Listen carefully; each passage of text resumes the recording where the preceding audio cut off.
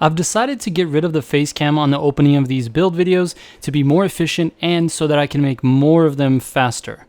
Anyways, let's get into it. A lot of people think the name S2000 comes from the year the car was released, but Honda actually released this car in 1999, and the 2000 is a reference to how many liters of displacement the engine has. In this case, 2 liters. At the time, Honda had the world record for the most horsepower per liter for a naturally aspirated engine. That record was later beaten by 1 horsepower by Ferrari. Honda neck and neck with Ferrari, who would have thought?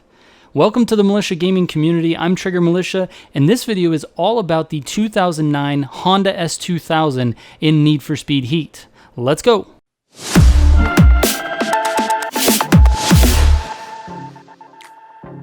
The Militia Gaming Community and Dave Loves Games came together to create a community Discord.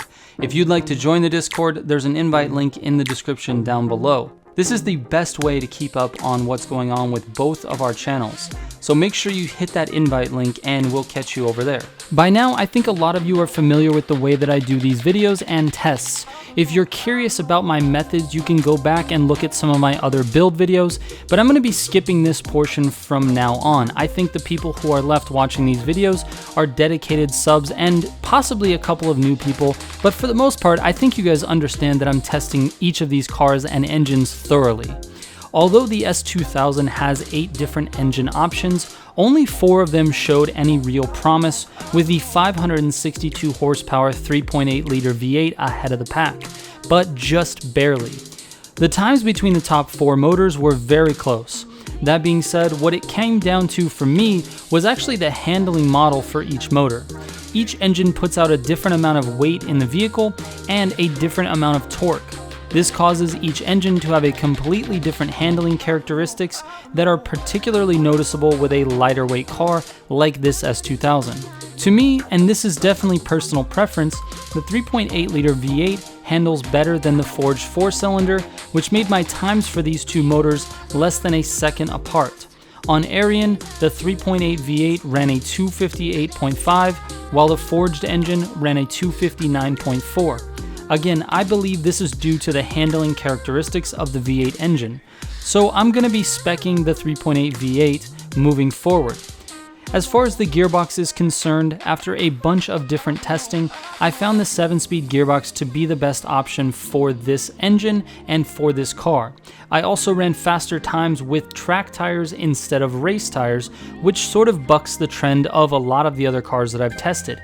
In general, race tires seem to be a faster option because they allow you to take turns a little bit faster, and the lines that you can achieve with race tires seem to be a little bit better, but not with this car. With this car, you need a little bit more traction in the rear end. Now, you can achieve that traction by one of 2 things. You can either add track tires or you can increase the downforce, and I raced this both ways. I used race tires with a maximum downforce, and then I used track tires with a slightly lighter downforce, and the track tires performed much better. So my full track build looks like this: 562 horsepower 3.8 liter V8 engine, Ultimate Plus engine parts, Ultimate dual turbo, Ultimate 5x3 pound NOS, Super Track suspension, Elite brakes, Elite track tires, Elite Plus clutch, Elite 7-speed gearbox, Super Track differential, minimum steering sensitivity, and downforce down 3. As a track car, it's okay. There are a lot of faster cars in the game. Where this S2000 is strong is its acceleration in 6th and 7th gear, which leads to a very fast top speed car. If you're racing longer, straighter tracks with not so many sharp turns, it would be a solid option. Moving on, judging only by the statistics of this S2000, it is number 15 on my drag list. It runs an 8.70 quarter mile and a 1.83 0 to 60.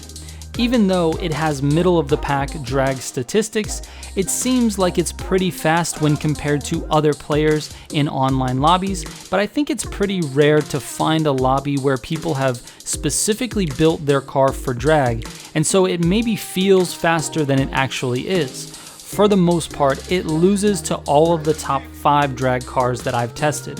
The fastest gearbox was the 5-speed. It had a slight edge over the 7-speed in a quarter mile, and anything longer than that, I think the 7-speed would win.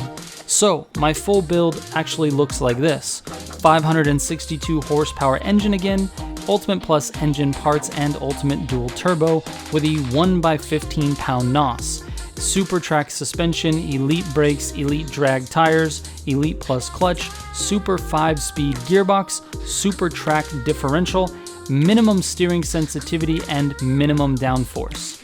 Alright, moving on to the drift category. The Honda S2000 is a rear-wheel drive car, so I tested my rear-wheel drive setup and it was perfect.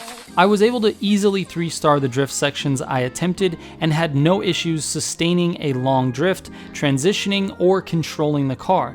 This is a very solid drift car, although it's not the highest scoring car in the game. If you're looking purely for score, there are other cars that do it a lot better, and honestly, the results are really unexplainable. This car seems to handle just like the RX-7, however, the scores are just not as high.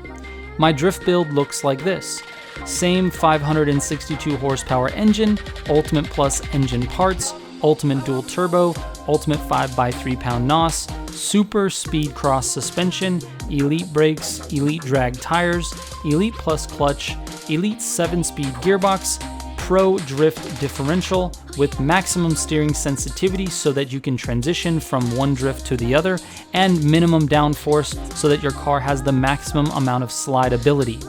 And the last category is the dirt. I tested this S2000 at HTV2 and Rumble to compare it with the other cars that I've been running through those courses, and it did pretty well. It wasn't the fastest by any means, but it did hang with my 2010 STI times for those two courses, so it's definitely capable in the dirt. It ran a 151.7 on HTV2 and a 316.4 on Rumble, giving it a combined time of 5:08.1, which is good enough to make the top 10 for off-road, but it still puts this car towards the middle of the pack. In short, it's fast, but it can't compete with the MX-5, the RSR, or the 180 SX. My complete build for off-road looks like this: same 562 horsepower 3.8 liter V8 engine, Ultimate Plus engine parts, Ultimate dual turbo, Ultimate 5x3 pound NOS, Super rally suspension, Elite brakes, Elite off-road tires, Elite Plus clutch, Elite 7-speed gearbox, Super rally differential, minimum steering sensitivity, and downforce down 3. So to wrap it up, this S2000 is definitely above average at most things in the game. It's decent on the track, it's decent on drifting, it's decent at off-road, and it's decent on drag racing. It's like an all-around B+ of a car, where C would be the average car. And since it looks so good, I wouldn't mind driving it around in online lobbies, challenging myself to beat players with faster cars. Now, for someone who lacks the skill, I think it would be a poor choice to use against faster cars, and especially against drivers with higher skill levels. It's not going to help you win any races. You are definitely going to have to do that yourself. But it also won't cause you to lose them either, depending on your level of competition. This car is fairly capable, so the outcome is more dependent on your ability to drive than the car's ability to perform. Alright, thank you so much to everyone who has been supporting my content. I really appreciate all the subs and all of the people showing up on stream every single week. It has been super amazing. I'm going to continue making these videos until you guys stop watching them, so thank you so much for coming back. I will catch you on the next one. Trigger out.